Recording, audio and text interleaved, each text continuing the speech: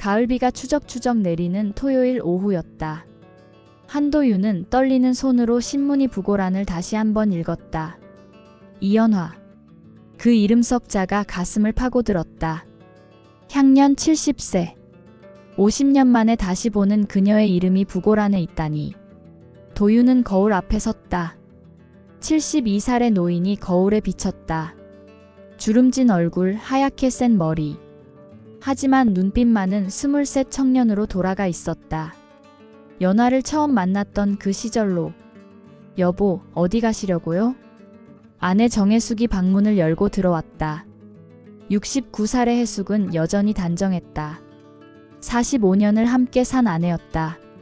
친구 장례식에 다녀올게. 누구 돌아가셨어요?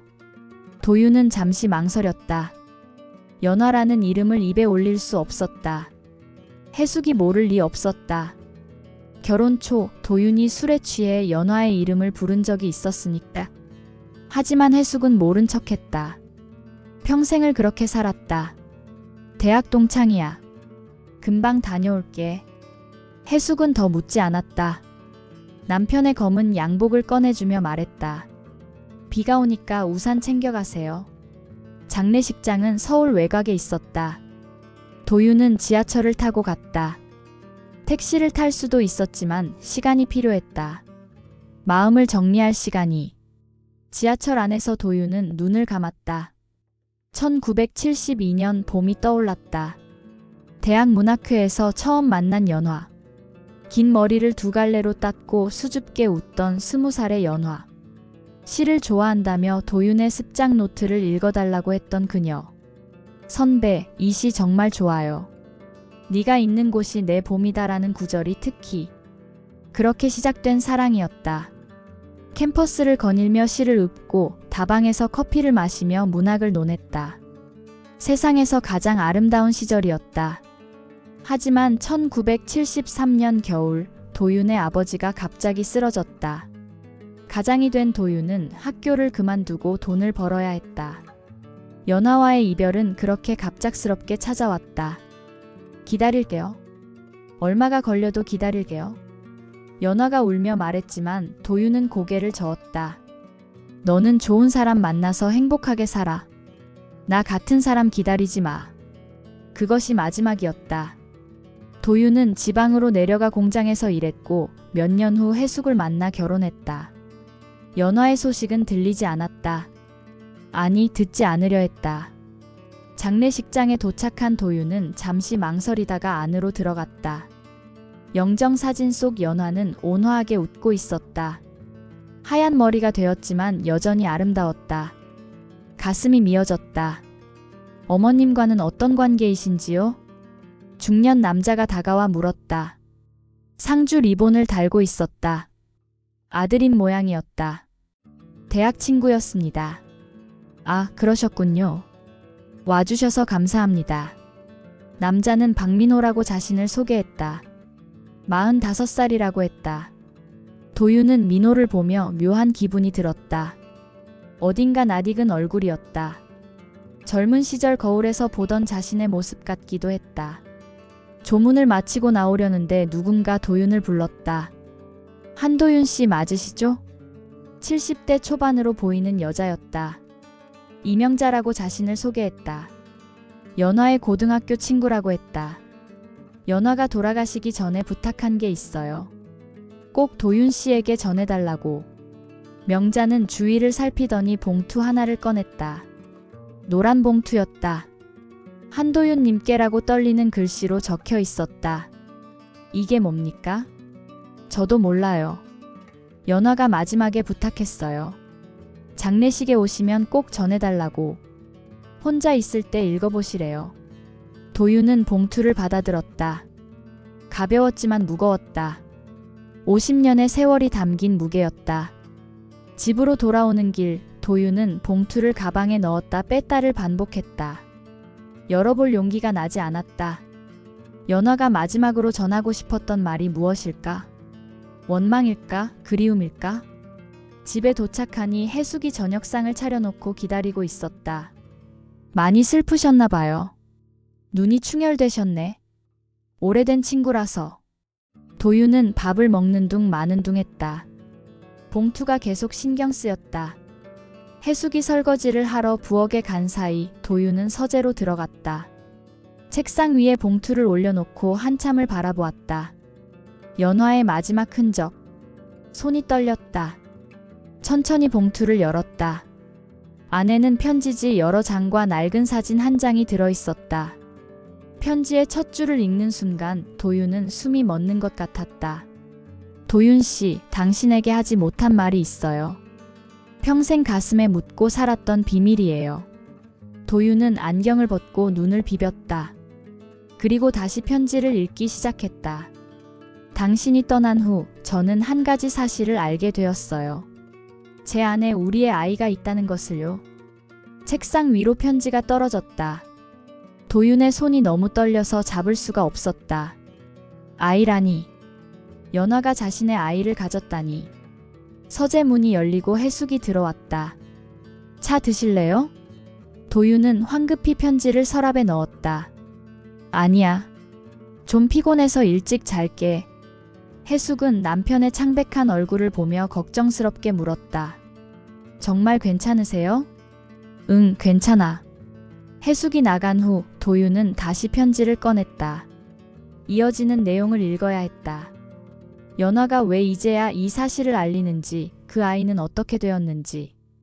창밖으로 가을비가 계속 내리고 있었다. 50년 전 그날처럼. 도윤은 떨리는 손으로 편지를 다시 펼쳤다. 연화의 글씨는 병으로 힘들었는지 삐뚤빼뚤했지만 한자 한자 정성스럽게 쓴 흔적이 역력했다. 도윤 씨, 이 편지를 읽고 있다면 저는 이미 이 세상 사람이 아니겠죠. 죽기 전에 꼭 진실을 말하고 싶었어요. 당신도 알아야 할 권리가 있으니까요. 도윤은 안경을 고쳐 쓰고 계속 읽었다. 1973년 겨울, 당신이 떠난 후 한 달쯤 지났을 때였어요. 입덧이 시작됐죠. 병원에 가보니 임신 2달이래요. 당신과의 마지막 가을에 생긴 아이였어요. 가슴이 먹먹했다. 그 춥던 겨울, 연화는 혼자 그 사실을 알았구나. 얼마나 막막했을까? 21살의 미혼모가 되는 것이 어떤 의미인지 그 시절을 살았던 사람이라면 누구나 안다. 당신을 찾아가려고 했어요. 하지만 어디로 갔는지 아무도 몰랐어요. 친구들에게 수소문해봤지만 당신은 흔적도 없이 사라졌더군요. 도윤은 눈을 감았다. 맞다. 자신은 일부러 흔적을 지웠다. 연화가 자신을 잊고 새 삶을 살기를 바라면서. 그것이 그녀를 위한 일이라고 믿었다. 얼마나 어리석었던가. 부모님께 말씀드렸더니 난리가 났어요. 아버지는 저를 때리셨고 어머니는 매일 우셨죠. 결국 시골 친척 집에 보내져서 아이를 낳았어요. 1974년 7월 15일 아들이었어요. 아들. 도윤은 가슴을 쓸어내렸다. 자신에게 아들이 있었다니. 그것도 연하와의 아들이. 민호라고 이름 지었어요. 밝을민 호수호. 당신이 좋아하던 호수공원을 생각하며 지은 이름이에요. 민호. 장례식장에서 만난 그 중년 남자가 떠올랐다. 설마 그가 자신의 아들이란 말인가? 편지는 계속되었다. 부모님은 입양을 보내라고 했지만 저는 끝까지 거부했어요. 제가 키우겠다고 했죠. 그래서 쫓겨났어요. 22살에 미혼모가 되어 세상에 홀로 서게 되었죠. 도윤의 눈에서 눈물이 흘렀다. 연화가 겪었을 고통이 가슴을 찢었다. 자신이 곁에 있었다면, 아니 최소한 연락이라도 닿을 수 있었다면. 식당에서 일하고 공장에서 일하고 닥치는 대로 일했어요. 민호를 키우기 위해서였죠. 다행히 좋은 분들을 만나 어린이집도 보낼 수 있었고 학교도 보낼 수 있었어요. 평생 혼자 아이를 키운 연화. 그 세월이 얼마나 힘들었을까? 도윤은 자신이 한없이 비겁하게 느껴졌다. 민호가 10살 때였어요. 아빠는 어디 있어? 라고 묻더군요. 저는 하늘나라에 갔다고 거짓말했어요. 당신을 원망하게 하고 싶지 않았거든요. 도윤은 편지를 내려놓고 한숨을 쉬었다. 서재를 나와 거실로 갔다. 해숙은 거실에서 뜨개질을 하고 있었다. 안 주무세요? 그래, 금방 잘게. 도윤은 베란다로 나갔다. 밤 공기가 차가웠다. 담배를 끊은 지 10년이 넘었지만 갑자기 담배가 피우고 싶었다. 전화가 울렸다. 딸 서진이었다. 아빠, 안녕하세요? 잘 지내세요? 그래, 잘 지낸다. 목소리가 안 좋으신데 어디 편찮으세요? 서진은 40살의 능력 있는 의사였다.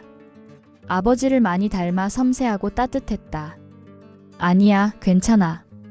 너는 잘 지내니? 네, 저도 잘 지내요. 주말에 뵐게요. 전화를 끊고 도윤은 다시 서재로 돌아왔다. 편지를 이어서 읽어야 했다. 민호는 똑똑한 아이였어요. 공부도 잘했고 성격도 좋았죠. 당신을 닮았나 봐요. 특히 글쓰기를 좋아했어요. 고등학교 때는 101장에서 상도 여러 번 받았죠. 자신을 닮아 글쓰기를 좋아한다니. 도윤은 묘한 감정이 들었다. 자신이 시인이 된 것처럼 민호도 글을 쓰는 사람이 되었을까? 대학은 서울대 국문과에 갔어요. 장학금을 받아서요. 졸업 후에는 출판사에서 일했고 지금은 작은 출판사를 운영하고 있어요. 결혼도 했고 아이도 둘 있어요. 민호가 잘 자라준 것이 다행이면서도 자신이 그 성장 과정을 함께하지 못한 것이 안타까웠다. 도윤 씨, 저는 당신을 원망했어요. 오랫동안 미워하기도 했죠. 하지만 시간이 지나면서 이해하게 되었어요. 당신도 어쩔 수 없었다는 것을요. 연화의 이해가 오히려 더 아팠다. 차라리 원망하고 미워해 주었다면 덜 미안했을 텐데. 민호는 당신이 돌아가신 줄 알고 있어요. 제가 그렇게 말했으니까요. 하지만 이제는 진실을 알아야 할 때인 것 같아요. 제가 떠난 후 민호가 당신을 찾을지도 몰라요. 도윤은 편지를 다 읽고 낡은 사진을 집어들었다. 흑백 사진 속에는 어린 민호가 있었다. 5살쯤 되어 보였다. 환하게 웃고 있는 아이. 정말 자신의 어린 시절과 닮았다. 사진 뒤에는 연화의 글씨가 있었다. 1979년 봄. 민호와 함께. 당신이 보고 싶던 날. 도윤은 사진을 가슴에 안았다. 그리고 조용히 울었다. 72살의 노인이 되어서야 알게 된 진실. 자신에게 아들이 있었고 그 아이가 아버지 없이 자랐다는 사실이 가슴을 찢었다. 다음 날 아침 도윤은 밤새 한숨도 자지 못한 얼굴로 식탁에 앉았다. 해숙이 걱정스럽게 바라보았다. 어제부터 안색이 안 좋으세요? 병원 가보시는 게 어때요? 괜찮아. 그냥 피곤해서 그래. 도윤은 억지로 밥을 떠먹었다. 목구멍으로 넘어가지 않았지만 해숙을 더 걱정시키고 싶지 않았다. 아침 식사 후 도윤은 오랜 친구 장수호에게 전화했다. 수호야, 나 좀 보자. 무슨 일이야? 목소리가 죽겠는데. 만나서 얘기하자. 두 사람은 종로의 한 찻집에서 만났다. 74살의 수호는 도윤보다 2살 많았지만 여전히 정정했다. 대학 시절부터 둘도 없는 친구였다. 무슨 일이야? 표정이 영 아니네. 도윤은 망설이다가 연화의 편지를 꺼냈다. 이거 좀 읽어봐. 수호는 편지를 읽으며 점점 표정이 굳어졌다. 이거 정말이야? 연화가 죽으면서 남긴 편지야. 수호는 한참 말이 없었다. 그도 연화를 알았다. 도윤과 연화가 연인이었던 것도 알았고 갑작스러운 이별도 지켜보았다. 그럼 그 민호라는 사람이 내 아들이란 말이야? 그런 것 같아. 확인해봐야지. 유전자 검사라도. 도윤은 고개를 저었다. 연화가 거짓말할 사람이 아니야. 그래도 확인은 해봐야지. 그리고 정말 내 아들이라면 어떻게 할 거야? 도윤도 그것을 고민하고 있었다. 72에 갑자기 나타난 아들. 그것도 45살의 중년이 된 아들을 어떻게 받아들여야 할까? 해숙이한테는 말했어? 아직. 말해야지. 숨길 수 있는 일이 아니잖아. 수호의 말이 맞았다. 하지만 어떻게 말해야 할지 막막했다. 집으로 돌아온 도윤은 연화의 편지를 다시 읽었다. 편지에는 민호의 연락처도 적혀 있었다. 출판사 이름과 주소, 전화번호까지. 북쪽별 출판사. 도윤은 인터넷으로 검색해 보았다. 작지만 알찬 출판사였다. 주로 시집과 수필집을 내는 곳이었다. 대표 박민호의 사진도 있었다. 장례식장에서 본 그 사람이 맞았다. 민호의 양력을 읽으며 도윤은 복잡한 감정이 들었다.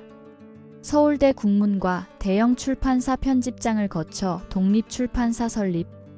화려하지는 않지만 탄탄한 이력이었다. 전화기를 들었다 놓았다를 반복했다. 무엇이라고 말해야 할까? 나는 당신 아버지다라고 할 수 있을까? 그때 현관문이 열리는 소리가 났다. 서진이었다. 아빠, 깜짝 방문이에요. 서진은 과일 바구니를 들고 들어왔다. 주말에 온다며? 아빠 목소리가 너무 안 좋아서 걱정되어서요.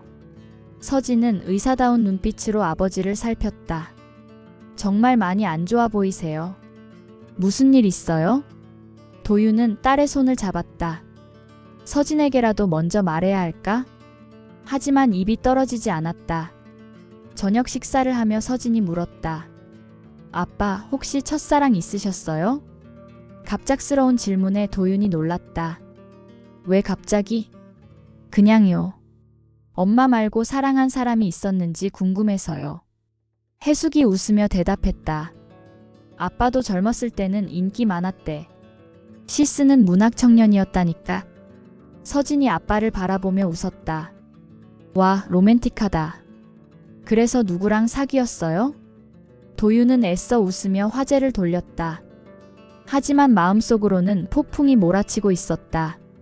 서진이 돌아간 후 도윤은 해숙에게 말했다. 여보, 할 얘기가 있어. 무슨 얘기? 도윤은 심호흡을 했다.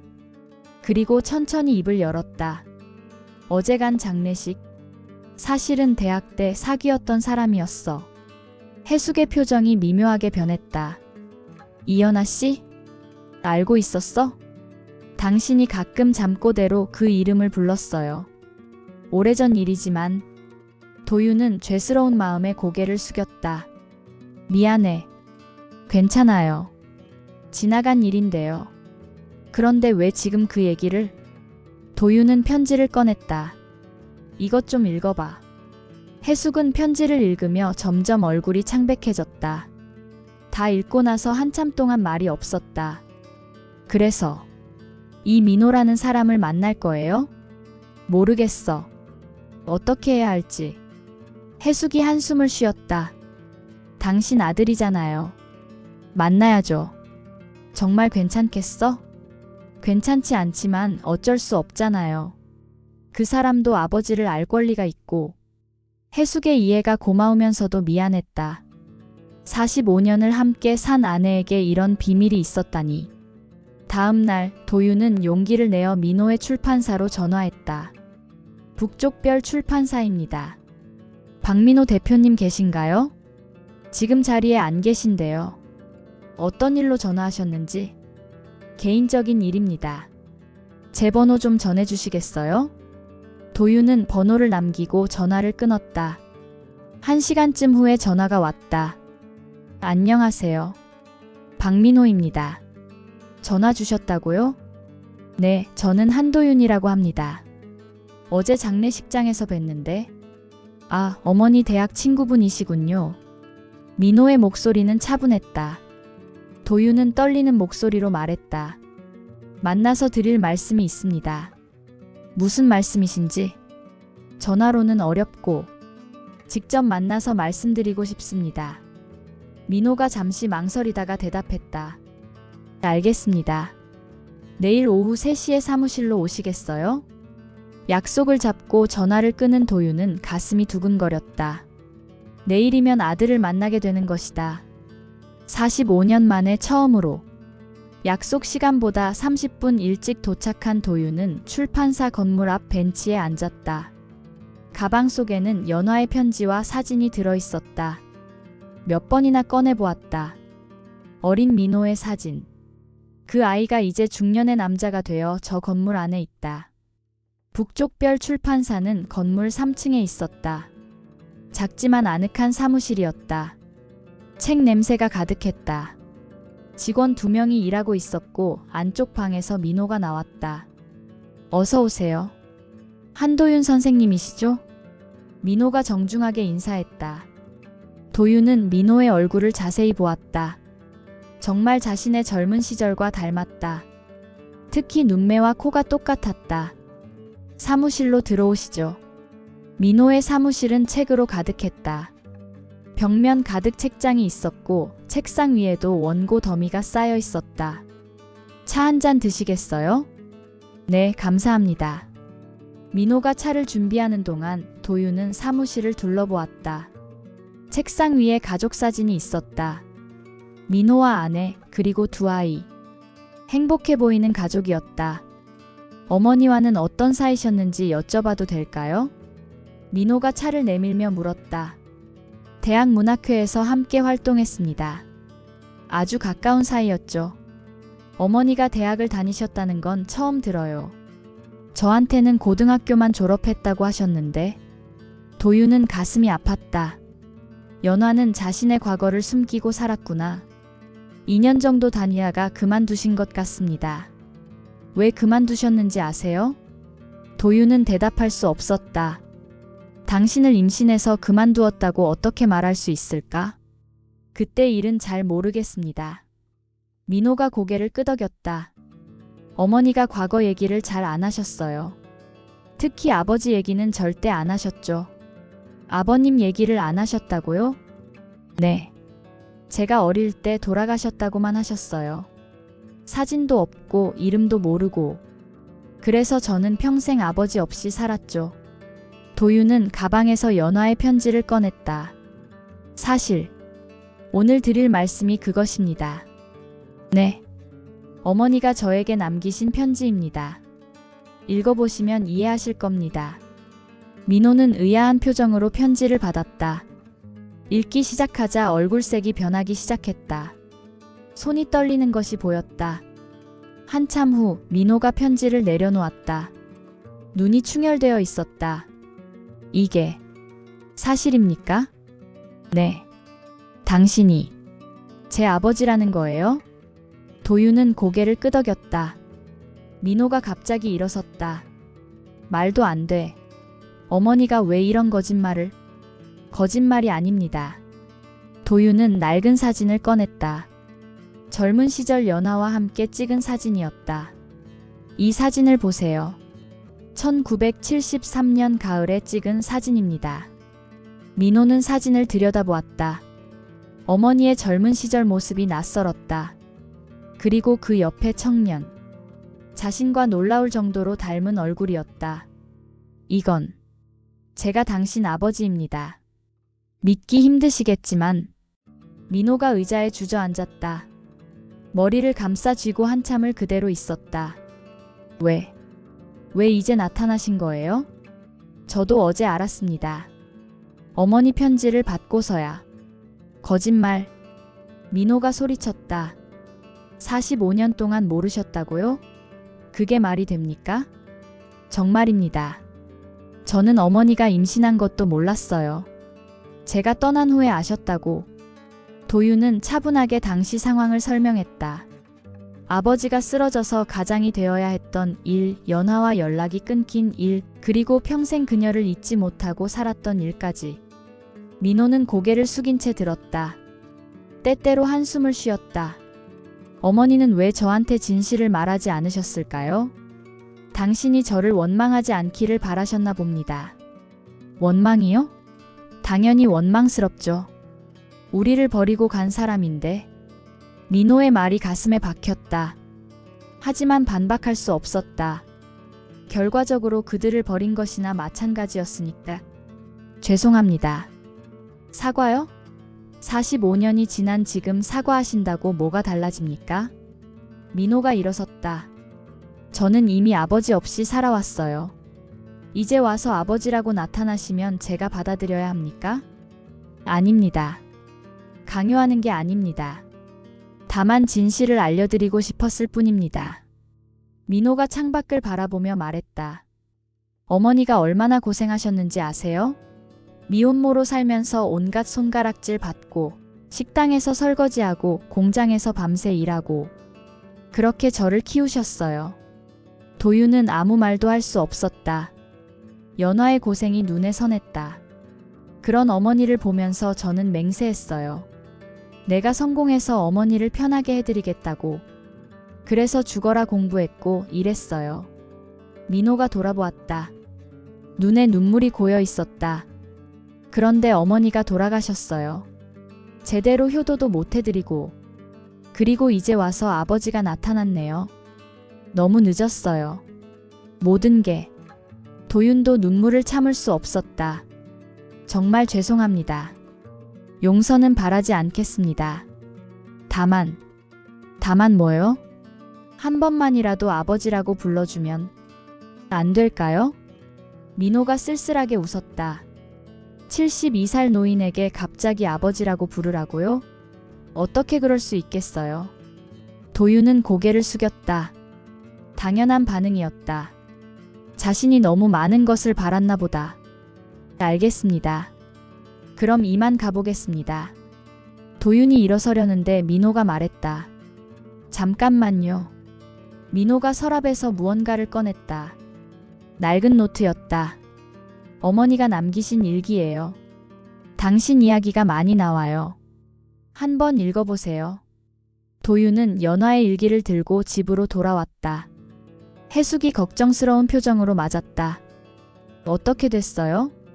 만났어. 하지만 받아들이지 못하더라. 당연하죠. 갑자기 아버지가 나타났다니 혼란스러울 거예요. 도윤은 서재에 들어가 연화의 일기를 펼쳤다. 1973년부터 시작된 일기였다. 1973년 12월 15일. 도윤 씨가 떠난 지 일주일. 아직도 믿기지 않는다. 정말 다시는 못 보는 걸까? 매일 그가 오기를 기다리며 교문 앞에 서 있다. 1974년 1월 20일. 병원에 갔다. 임신 2달이란다. 도윤 씨의 아이다. 어떻게 해야 할까? 무서워서 아무에게도 말할 수 없다. 1974년 3월 5일. 부모님께 말씀드렸다. 아버지가 나를 때리셨다.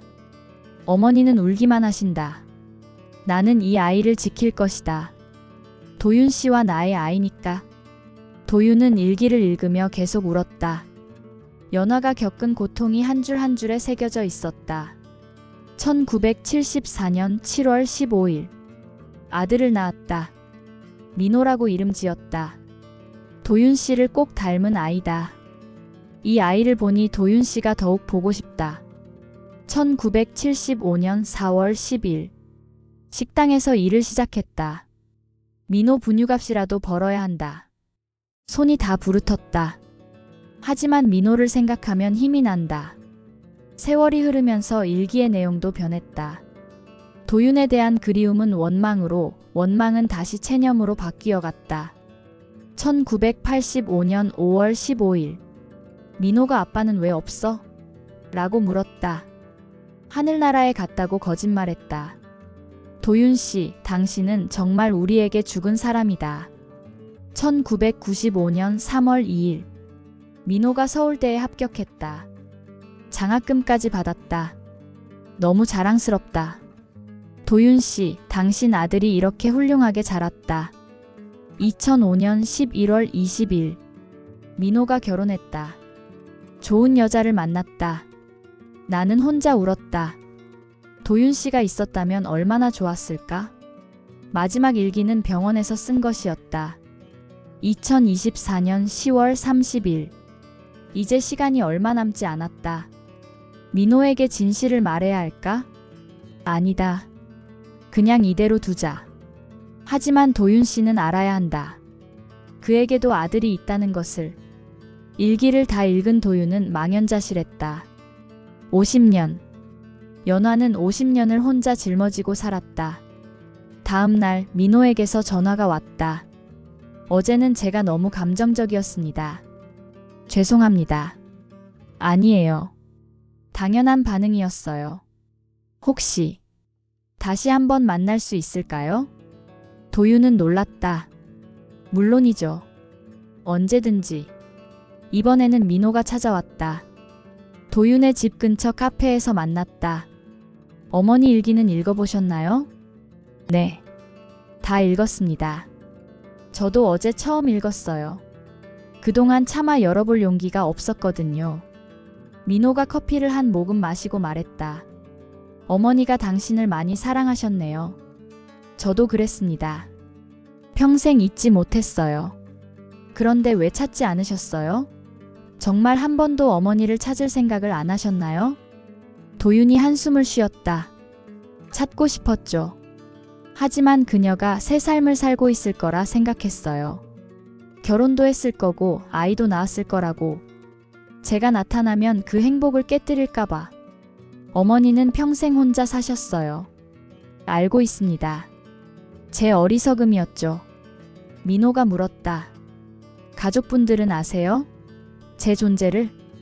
아내는 알고 있습니다. 딸은 아직. 딸이 있으시군요. 네. 의사입니다. 서진이라고. 민호가 쓸쓸하게 웃었다. 저한테는 이복 동생이네요. 언젠가는 만났으면 좋겠습니다. 글쎄요. 제가 갑자기 나타나면 당황하겠죠. 두 사람은 한참 침묵했다. 어색하면서도 묘한 유대감이 흘렀다. 저기, 혹시 유전자 검사를 해보면 어떨까요? 민호의 제안에 도윤이 놀랐다. 의심하시는 건가요? 아니요. 확실하게 하고 싶어서요. 서로를 위해서. 도윤은 동의했다. 일주일 후 검사 결과가 나왔다. 99.9% 일치. 확실한 부자 관계였다. 결과지를 받아든 민호가 말했다. 이제 정말 부정할 수 없네요. 당신이 제 아버지라는 걸. 민호야. 아직은 아버지라고 부를 수 없어요. 시간이 필요해요. 알겠습니다. 기다리겠습니다. 민호가 일어서며 말했다. 한 가지 부탁이 있어요. 뭐든 말해보세요. 어머니 산소에 같이 가주실래요? 어머니께 인사드리고 싶어요. 아버지를 찾았다고. 도윤의 눈에 눈물이 고였다. 그러겠습니다. 연화의 산소는 경기도 양평에 있었다. 도윤과 민호는 함께 차를 타고 갔다. 차 안에서 민호가 말했다. 어머니가 생전에 이곳을 좋아하셨어요. 강이 보이고 산이 있어서 시골 같다고. 어머니는 시골을 좋아하셨죠. 대학 때도 그랬어요. 산소에 도착한 두 사람은 묵념을 했다. 도윤은 마음속으로 말했다. 연화야, 늦었지만 왔어. 우리 아들과 함께. 민호가 어머니 산소 앞에 앉아 말했다. 엄마, 아버지 찾았어요. 돌아가신 게 아니었어요. 살아계셨어요. 바람이 불었다. 연화가 대답하는 것 같았다. 산소를 돌아보고 내려오는 길에 민호가 물었다. 그때 정말 어쩔 수 없었나요? 아버지가 뇌출혈로 쓰러지셨어요. 어머니와 어린 동생들을 먹여 살려야 했죠. 대학은 당연히 포기해야 했고. 그래도 어머니께 연락은 할 수 있었잖아요. 도윤이 멈춰섰다. 사실 한 번 찾아갔었어요. 민호가 놀라서 돌아보았다. 언제요? 1974년 봄이었어요. 어머니 집에 갔는데 이미 시골로 내려가셨다고 하더군요. 이웃 사람이 미혼모가 되어서 쫓겨났다고. 그때 알았어요. 내 아이를 가졌다는 걸. 그런데 왜 안 찾으셨어요? 찾았죠. 하지만 어디로 가셨는지 아무도 몰랐어요. 친척들도 입을 다물고. 민호의 표정이 복잡해졌다. 그때 외가 친척들이 어머니를 숨겼군요. 아마 그랬을 거예요. 미혼모의 수치를 감추려고. 두 사람은 천천히 산을 내려왔다. 그럼 아버지도 피해자네요. 민호의 말에 도윤이 고개를 저었다. 아니에요. 내가 더 적극적으로 찾았어야 했어요. 포기하지 말았어야 했죠. 산 아래 작은 식당에서 점심을 먹었다. 민호가 말했다.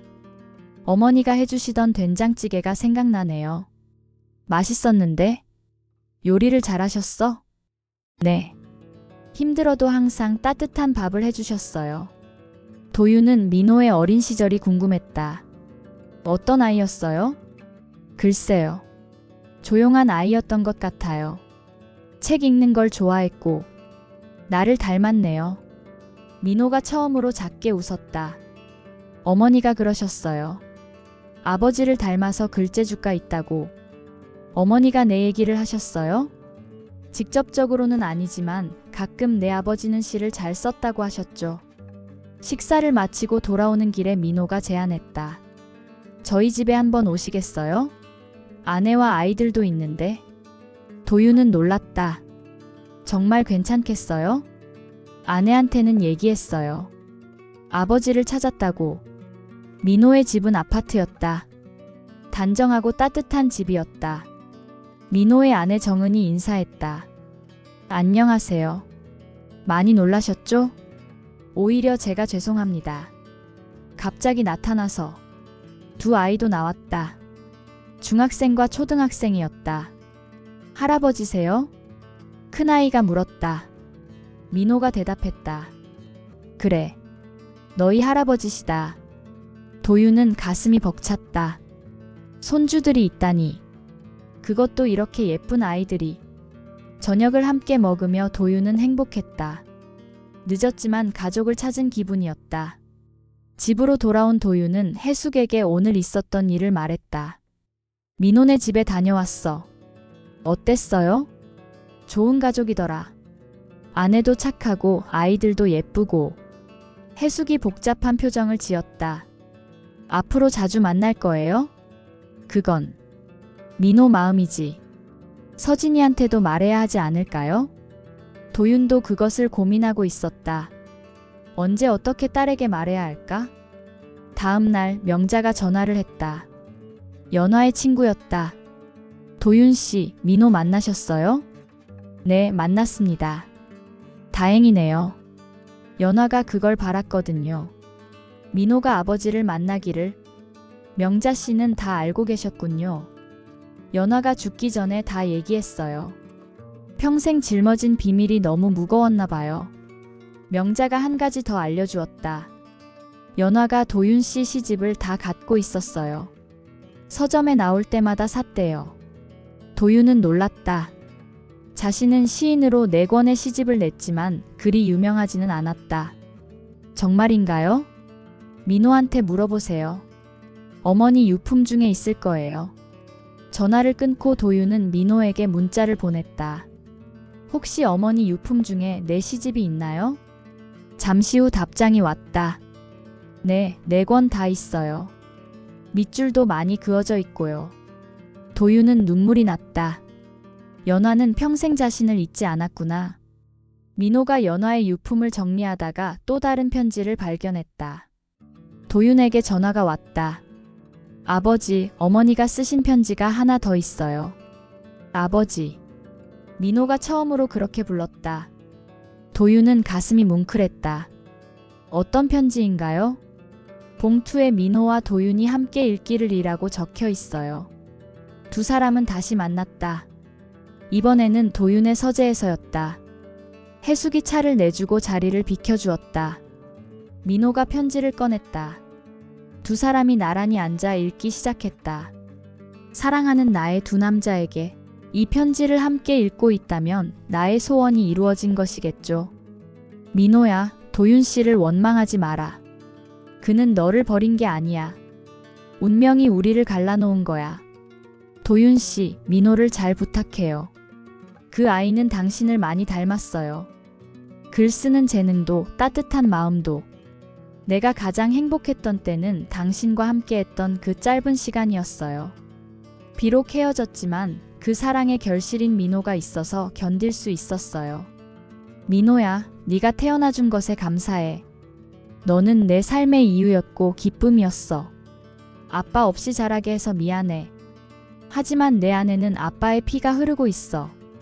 그 사실을 자랑스럽게 여기렴. 도윤 씨, 당신을 원망했어요. 오랫동안 미워하기도 했죠. 하지만 결국 깨달았어요.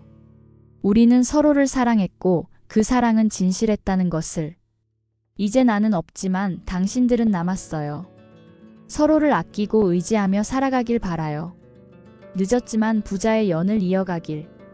마지막으로 도윤 씨, 고마웠어요. 나를 사랑해줘서. 비록 짧았지만 가장 빛나는 시간을 선물해줘서. 민호야, 사랑한다. 언제나 내 곁에서 지켜볼게. 2024년 10월 병상에서 연화. 편지를 다 읽은 두 사람은 한동안 말이 없었다. 민호가 먼저 입을 열었다. 어머니가 끝까지 아버지를 사랑하셨네요. 나도 그랬어요. 평생 잊지 못했죠. 민호가 서재를 둘러보았다. 책장 가득 시집들이 꽂혀 있었다. 시를 계속 쓰셨군요. 네. 은퇴하고 나서 더 많이 썼죠. 저도 가끔 시를 써요. 어머니가 아버지를 닮았다고 하셨는데 정말인가 봐요. 도윤이 책장에서 자신의 시집을 꺼냈다. 이 시는 어머니를 생각하며 쓴 거예요. 민호가 시를 읽었다. 첫눈. 그대를 처음 만난 날 하늘에서 첫눈이 내렸네. 그 눈처럼 하얗던 그대 내 가슴에 쌓여 영원히 녹지 않는 설원이 되었네. 세월이 흘러 머리는 백발이 되었지만 그대는 여전히 20살의 첫눈 내 가슴 속에서 영원히 반짝이고 있네. 민호의 눈이 붉어졌다. 어머니도 이 시를 좋아하셨을 것 같아요. 어머니 시집은 없나요? 어머니는 시를 쓰지 않으셨어요. 대신 일기를 쓰셨죠. 도윤이 제안했다. 어머니 일기를 책으로 만들면 어떨까요? 한 여인의 삶을 기록한 소중한 자료인데. 민호가 놀란 표정을 지었다.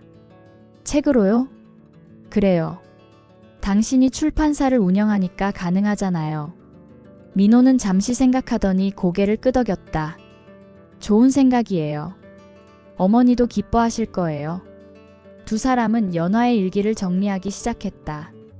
매일 만나서 일기를 읽고 편집하고 주석을 달았다. 그 과정에서 두 사람은 더 가까워졌다. 어느 날 민호가 말했다. 아버지, 우리 가족끼리 식사 한번 하시죠. 가족끼리? 네. 아버지 가족도 다 오시고 저희 가족도 다 모이는 거예요. 도윤은 망설였다. 해숙과 서진이 어떻게 받아들일지 걱정되었다. 서진이한테 먼저 얘기해봐야겠어요. 그날 저녁 도윤은 서진을 불렀다. 서진아, 아빠가 할 얘기가 있어. 뭔데요? 심각하신데. 도윤은 처음부터 끝까지 모든 것을 털어놓았다. 서진은 충격을 받은 표정이었다. 그럼 제게 이복 오빠가 있다는 거예요? 그래. 민호라고.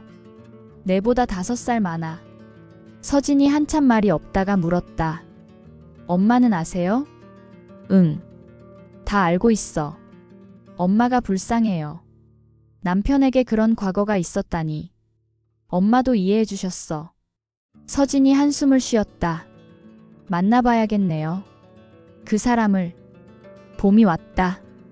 연화가 떠난 지 6개월이 지났다. 그동안 많은 일이 있었다. 도윤과 민호는 완전한 부자가 되었고 두 가족도 조금씩 가까워졌다. 연화의 일기를 엮은 책 한 여인의 기록이 출간되었다. 조촐한 출판 기념회가 열렸다. 도윤의 가족과 민호의 가족이 모두 참석했다. 서진이 민호에게 말했다. 오빠, 책 잘 읽었어요. 어머니가 대단한 분이셨네요. 고마워요.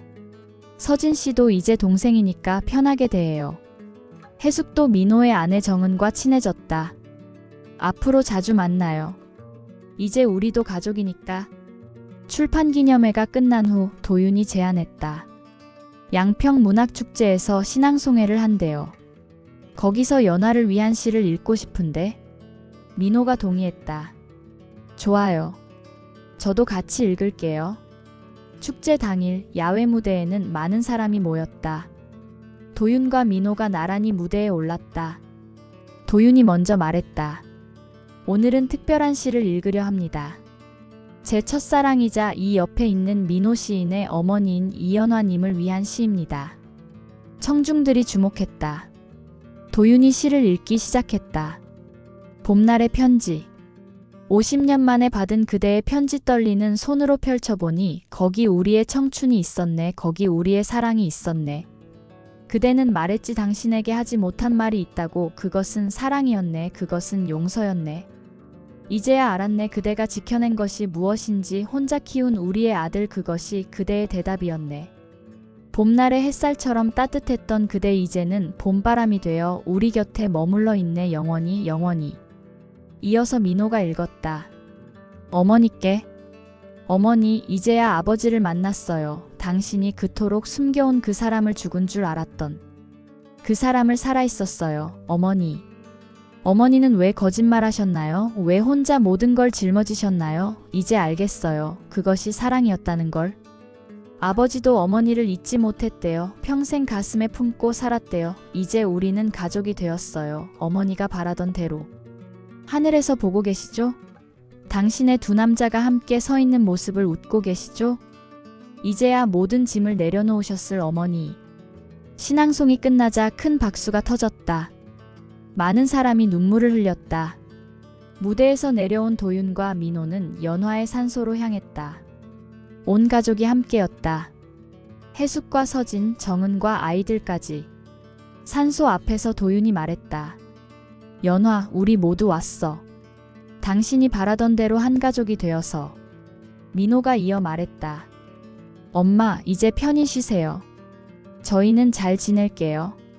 봄바람이 불었다. 벚꽃잎이 날렸다. 연화가 대답하는 것 같았다. 서진이 꽃을 놓으며 말했다. 처음 뵙는데도 친근해요. 저희 아빠를 사랑해 주셔서 감사해요. 해숙도 묵념했다. 복잡한 감정이었지만 이제는 모든 것을 받아들였다. 편히 쉬세요. 당신이 지킨 사랑 저희가 이어갈게요. 산을 내려오며 민호의 큰아이가 물었다. 할아버지, 할머니가 정말 예쁘셨어요? 도윤이 웃으며 대답했다. 그래. 정말 예뻤어. 마음도 예쁘고 마음도 예뻤지. 저도 시인이 되고 싶어요. 할아버지처럼, 아빠처럼. 도윤이 손자의 머리를 쓰다듬었다. 좋은 시인이 될 거야. 내 안에는 시인의 피가 흐르니까. 저녁 무렵 모두 함께 식당에 모였다. 두 가족이 아닌 한 가족으로. 도윤이 건배를 제의했다. 연화를 위하여. 그리고 우리 가족을 위하여. 모두가 잔을 들었다. 웃음꽃이 피었다. 해가 지고 있었다. 붉은 노을이 하늘을 물들였다. 도윤은 생각했다. 첫사랑의 마지막 편지가 가져다 준 것은 슬픔이 아니라 새로운 시작이었다고. 잃어버린 시간은 되돌릴 수 없지만 남은 시간은 함께할 수 있다고. 민호가 도윤에게 말했다. 아버지, 시집 하나 더 내시죠. 제가 출판할게요. 무슨 시집? 어머니와의 사랑, 그리고 우리 가족 이야기요. 제목은 봄날의 편지 어때요? 도윤이 미소 지었다. 좋아. 연화도 기뻐할 거야. 봄밤은 깊어가고 있었다. 가족들의 웃음소리가 봄바람에 실려 퍼졌다. 어딘가에서 연화도 미소 짓고 있을 것 같았다. 첫사랑의 마지막 편지는 그렇게 새로운 사랑의 시작이 되었다.